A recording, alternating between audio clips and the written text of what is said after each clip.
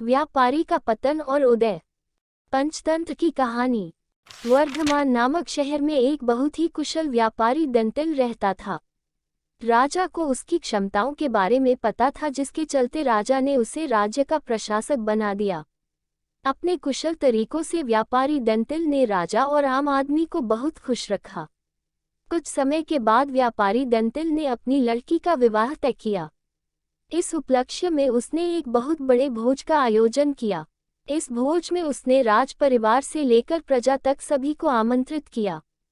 राजघराने का एक सेवक, जो महल में झाड़ू लगाता था, वह भी इस भोज में शामिल हुआ। मगर गलती से वह एक ऐसी कुर्सी पर बैठ गया जो केवल राज परिवार के लिए रखी हुई थी। सेवक को उस कुर्सी पर बैठा देखकर व्यापारी दंतिल को गुस्सा आ जाता है और वह सेवक को दुत्कार कर वहां से भगा देता है। सेवक को बड़ी शर्मिंदगी महसूस होती है और वह व्यापारी दंतिल को सबक सिखाने का प्रण लेता है। अगले ही दिन सेवक राजा के कक्ष में झाड़ू लगा रहा होता है। वह राजा को अर्धनिद्रा में देखकर बड़बड़ाना शुरू करता है। वह बोलता है, इस व्यापारी दंतिल की इतनी मजाल कि वह रानी के साथ दुर्व्यवहार करे। यह सुनकर राजा की नींद खुल जाती है और वह सेवक से पूछता है, क्या यह वाकई में सच है? क्या तुमने व्यापारी दंतिल को दुर्व्यवहार करते देखा है? सेवक तुरंत राजा के चरण पकड़ता है और बोलता है, मुझे माफ कर दीजिए, मैं कल रात को सो नहीं पाया। मेरी नींद पूरी नहीं होने के कारण कुछ भी बड़बड़ा रहा था। यह सुनकर राजा सेवक को कुछ नहीं बोलता, लेकिन उसके मन में शक पैदा हो जाता है। उसी दिन से राजा व्यापारी दंतिल के महल में निरंकुश घूमने पर पाबंदी लगा देता है और उसके अधिकार कम कर देता है। अगले दिन जब व्यापारी दंतिल महल में आता है तो उसे संतरिया रोक देते हैं। यह देखकर व्यापारी दंतिल बहुत आश्चर्यचकित होता है। तभी वहीं पर खड़ा हुआ सेवक मजे लेते हुए बोलता है, अरे संतरियों, जानते नहीं ये कौन है? ये बहुत प्रभावशाली व्यक्ति हैं जो तुम्हें बाहर भी फिंकवा सकते हैं, ठीक वैसे ही जैसा इन्होंने मेरे साथ अपने भोज में किया था। तनिक सावधान रहना। यह सुनते ही व्यापारी दंतिल को सारा माजरा समझ में आ जाता है। वह सेवक से माफी मांगता है और सेवक को अपने घर खाने पर बुलाता है। व्यापारी दंतिल सेवक की खूब आवभगत करता है। फिर वह बड़ी विनम्रता से भोज वाले दिन किए गए अपमान के लिए क्षमा मांगता है और बोलता है कि उसने जो भी किया, गलत किया। सेवक बहुत खुश होता है और व्यापारी दंतिल से बोलता है, आप चिंता न करें, मैं राजा से आपका खोया हुआ सम्मान आपको जरूर वापस दिलाऊंगा। अगले दिन राजा के कक्ष में झाड़ू लगाते हुआ सेवक फिर से बड़बड़ाने लगता है, हे भगवान, हमारा राजा तो इतना मूर्ख है कि वह गुस्लखाने में खीरे खाता है। यह सुनकर राजा क्रोधित हो जाता है और बोलता है, मूर्ख, तुम्हारी ये हिम्मत! तुम अगर मेरे कक्ष के सेवक ना होते तो तुम्हें नौकरी से निकाल देता। सेवक फिर राजा के चरणों में गिर जाता है और दोबारा कभी ना बड़बड़ाने की कसम खाता है।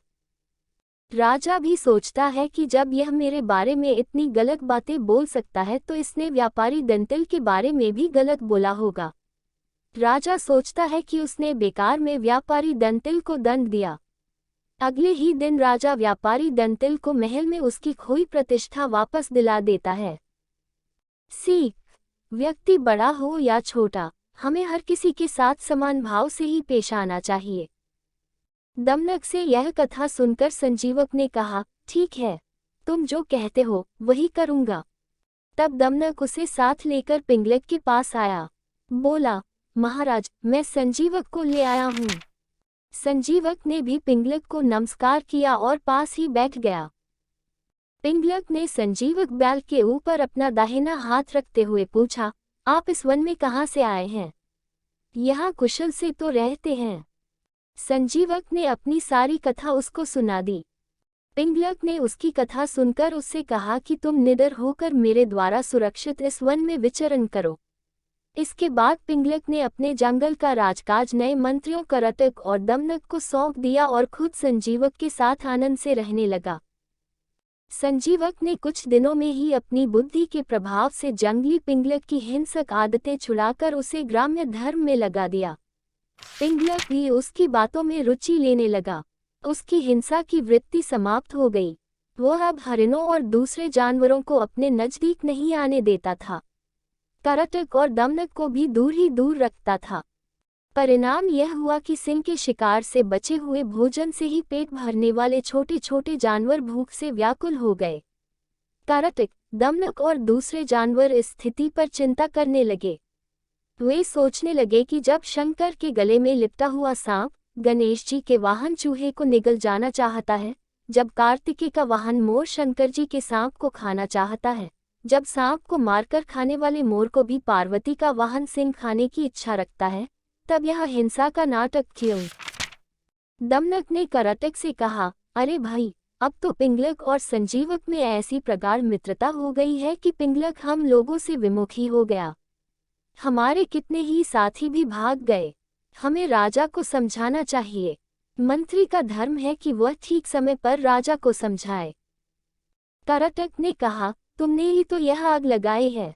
तुम ही ने इस घास चरने वाले जानवर को हमारे स्वामी का मित्र बनाया है। दमनक बोला, यह सच है। दोष तो मेरा ही है, पिंगलक का नहीं। किंतु मैंने जैसे उनकी मित्रता कराई थी, वैसे ही अब उनकी मित्रता को भंग भी करा दूंगा। करतक ने कहा, लेकिन संजीवक बैल होने पर भी बड़ा बुद्धिमान प्राणी है। उधर सिंह पिंगलक भी भयानक है। यह ठीक है कि तुम्हारी बुद्धि तेज है, फिर भी तुम इन दोनों को अब अलग करने में कैसे समर्थ हो पाओगे? दमनक ने कहा, भाई, असमर्थ होते हुए भी मैं समर्थ हूँ। जो काम पराक्रम से पूरा नहीं हो पाता उसे भी चतुर व्यक्ति युक्ति से पूरा कर सकते हैं। जैसे कौए ने सोने के सूत्र के सहारे विषधर काले सांप का अंत कर दिया था। करतक ने पूछा, वह कैसे हुआ था? दमनक कहने लगा, बच्चों, दुष्ट सर्प और कौवे की कथा सुनने के लिए चैनल की अगली कहानी सुने। कहानी कैसी लगी हमें बताएं।